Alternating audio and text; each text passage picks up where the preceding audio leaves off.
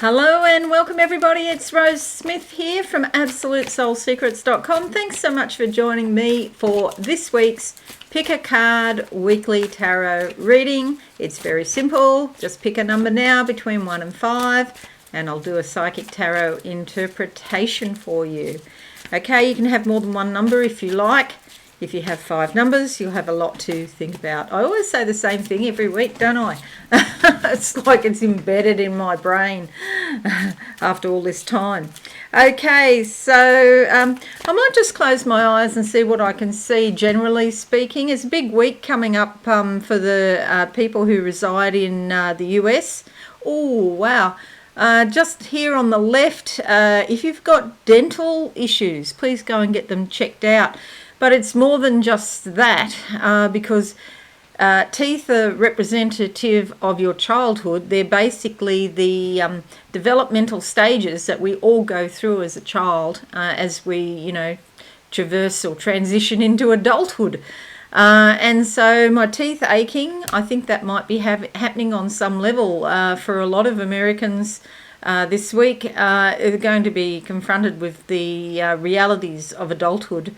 And people are going to have to grow up really quickly. And I'm not saying that with judgment. We all have those areas of our lives that, we're a bit immature or underdeveloped in.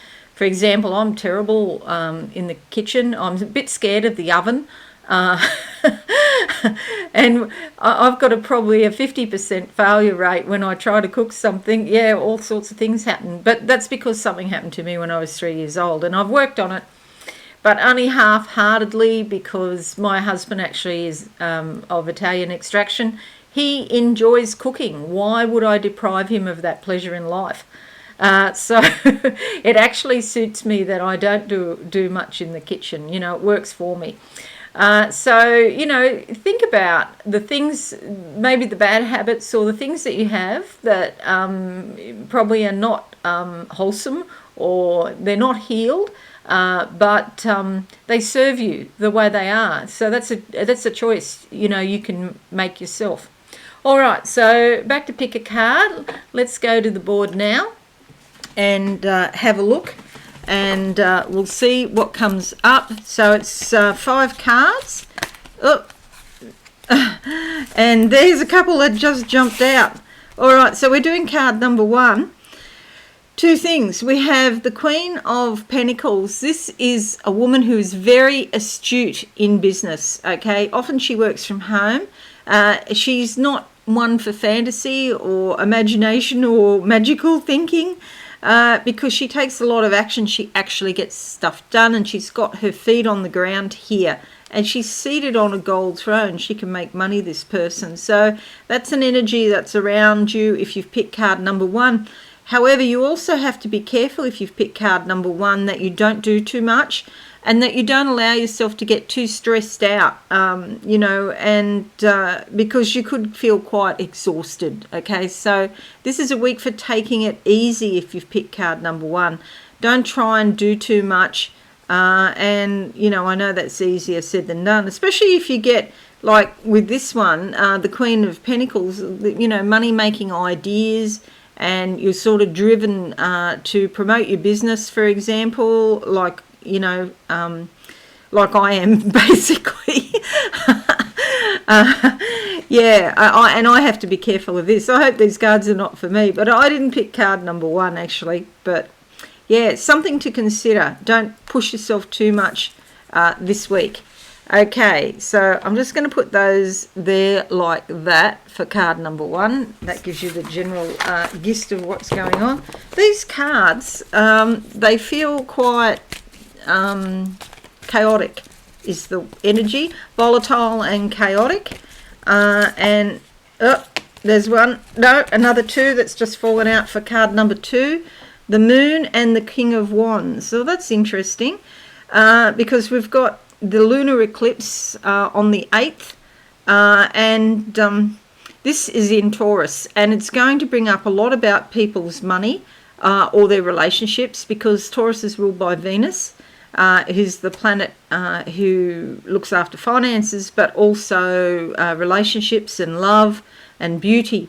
But the moon is also about things that come up out of your subconscious, and then you can teach other people about those things at a later date. It's also good for your intuition or psychic ability. It's a major arcana. It's fairly important. King of Wands is somebody who, a masculine energy usually, who is very motivational, very inspirational. People look up to this person. It's somebody who's usually honest and conscientious. They have, even though it's Wands, they have a lot of spiritual fire, basically. And so there's a spirituality there, but it's quite practical and down to earth as well, because he's seated on a wooden throne. He's got a lizard here. He's got his feet on the ground. There's a lot of growth around him. And the goal here, sorry, I didn't even mean to say that. I was trying to say yellow. The goal here is success, is what's coming out of my mouth, but that wasn't in my head. Okay, the goal here is success because this is the solar plexus area. It's also about fatherhood figures, and this is like a very positive, beneficial fatherhood figure. The sun in the background, insight, awareness, comfort, security, happiness, the source of all things, like we wouldn't be here without the sun. So it's a fabulous card really, but a lot of action as indicated by the baseball bat and also the red cloak. Okay, so that's if you've picked card number 2. Something might come out of your subconscious and it might manifest as an idea, but it's really quite a good idea, so try and follow it up if you possibly can. Now we're looking at card number 3. Card number 3, let's see what comes out now. And closing my eyes, what do I see? Cars and cats together. Cars are your journey in life, and it's chugging along. Like you mightn't be going really fast, but you're getting there. You're making progress. Cats, of course, all things that we associate with cats: intuition, the feminine, intelligence, slinkiness, beauty. So these are the energies around you. Okay, the card that comes up for number 3 is the 7 of Pentacles. This is probably about your money. Sometimes it's about possessions, and less often it's about your body. Mostly it's your money. And it's like you've taken steps. Yes, you're making some progress probably regarding your money, but it seems to be slower than you would like. Will you win the lottery tomorrow? Probably not, sorry to say. But it's about learning patience, putting one foot in front of the other, and just continuing on doing what you're doing. It's cultivating basically material gain, which is fine. There's no problem with that. It's hard labour, basically, and just patience is required. 7 sometimes means like a bit of sacrifice involved in that. And, if you have a business, if you're here on YouTube, for example, reading or whatever, because I do have a lot of readers on this channel, you might just find that YouTube is a very hard gig to crack, and it's an adjunct, it's really like 1 in a million people that actually makes it on YouTube. Vast majority of people, don't make any money or hardly any money from YouTube. So it's just an adjunct to your other business affairs. Okay. Now we're looking at card number 4. Card number 4. Let's see what comes out. Okay, closing my eyes. What do I see? Okay, I'm in the dirt. I'm digging. It's not a grave. It's planting like this. Okay, so it's a similar sort of vibe. This could be to do with your body, improving your health, a new health regime, maybe exercise or diet, trying that. Maybe new supplements or probiotics could help. Getting in touch with your body. It's like your hands in the dirt, and that's like really connecting with your body. You could do a meditation where you imagine your spirit coming down and re-inhabiting your body in every cell, because like a lot of our energy is still out in the universe. It's like we start to come here because we're very big in spirit. We're very big, and we start to come here, and some of the energy gets into the body, but not all of the energy. And it's like living between two worlds. And so, you know, you don't really feel at home in your body here on Earth because a lot of the energy is out there. And no wonder with the Ten of Wands, this is about burden, dropping the burden. Maybe you've been carrying something for a very long time and it's time to drop it. It is the end of a cycle. She's put a lot of labour, a lot of effort, and she's just over it, tired. There is a lot of growth here. She's grown as a result.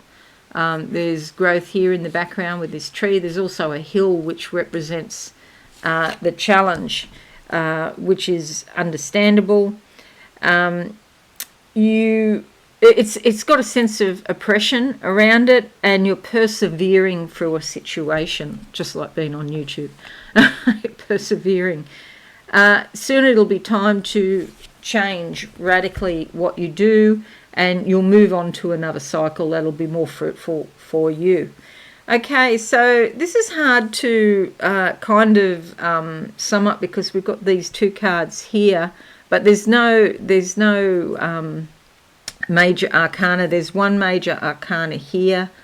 What's that? 1, 2, 3, 4. I got another one. That's only card number 4. I'm sorry. We've got card number 5 to do. Okay, so 1, 2, 3, 4. Card number 5. Okay, so sorry, I missed one.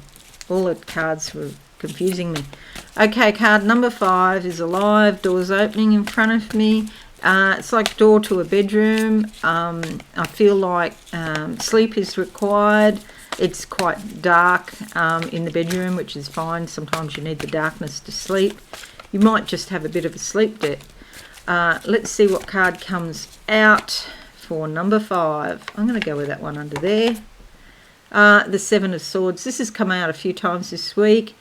It's traditionally called the Thief in the Night card. Someone stealing from you, not just money or possessions, but sometimes things like your self-esteem, or your time, your energy. You know, what hangers on have you got in your life? You might ask yourself.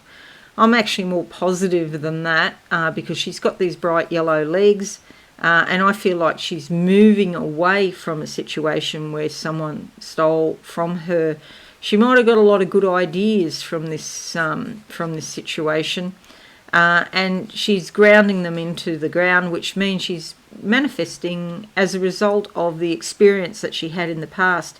The only thing that has to be a bit you have to take a bit of care about is not to look back on the past too much. Okay, like that story in the Bible, Lot's wife. The Lord said to Lot, you know, the angel appeared to Lot and said, you know, get a move on, don't look back.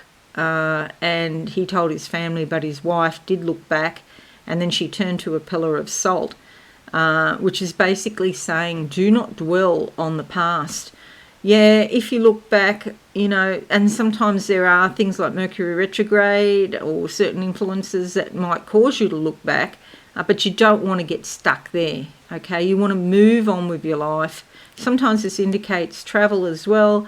More often it's about opening up your chakras and thinking about all of the energy that comes up. See that shape there? That's like the symbol for the chakras, and it's opening up. Okay, so that's good. I see that as a good news card. Okay, that's probably unlike the traditional interpretation. All right, so we've only got one major arcana. For many people, this is just another week of no particular significance. I would suggest if you're in the US, please go and vote, because this really could be one of the last, if not the last, elections where, you know, there's any sort of democracy. We have other countries that are radically changing things by putting out misinformation on social media, and social media does nothing They don't care.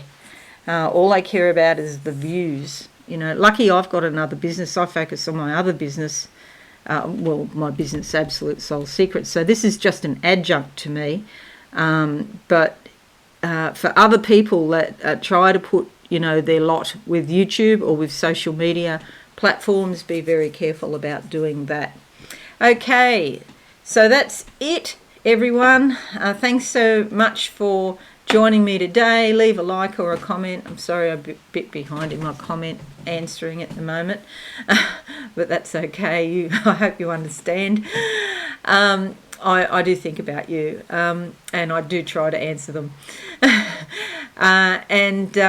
Subscribe and be alive if you are new. I am going to radically change the way I do things. I just spend too much time, like I'm spending, I don't know, I was spending 20 to 30 hours a month on horoscopes. I've cut it down a bit, but it's just too much time. So please let me know in the comments what you think if I put the 12 signs in the one video and then put links and like timestamps to where you go for your sign. Please let me know about that.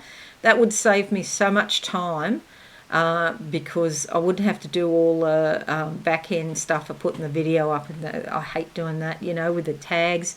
And I feel like it's useless because if you're a small creator, you don't get hardly a look in. They're not interested in small creators. I'm sorry, I'll get off my high horse. Have a great week, everyone, and I'll see you all real soon. Okay, thanks and bye for now.